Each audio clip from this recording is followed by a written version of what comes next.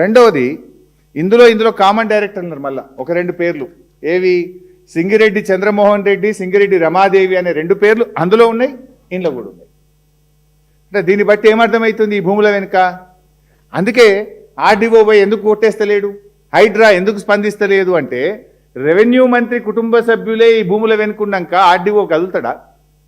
Revenue మంత్రి కుటుంబ సభ్యులే ఉన్నాక ఇక పోలీసు వాళ్ళు, ఇప్పుడు అమ్మ చెప్పింది ఏమన్నది, మన కౌసల్య ఏమన్నది, కౌసల్య కానీ మమత కానీ పోలీసు వాళ్ళు వచ్చి మమ్మల్ని బెదిరిస్తుంది సార్, మా మీద కేసు పెడుతుంది సార్ అన్నారు.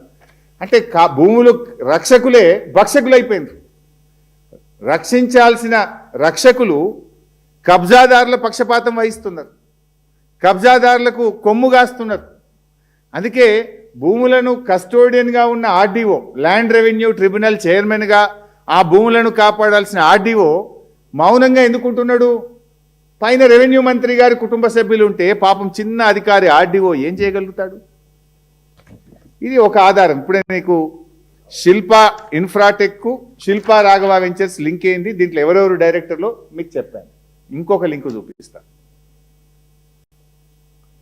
వీళ్ళు మున్సిపల్ కమిషనర్ బడంపేట్కు మేము కాంపౌండ్ వాల్ పెట్టుకుంటామని ఒక దరఖాస్తు పెట్టిండ్రు.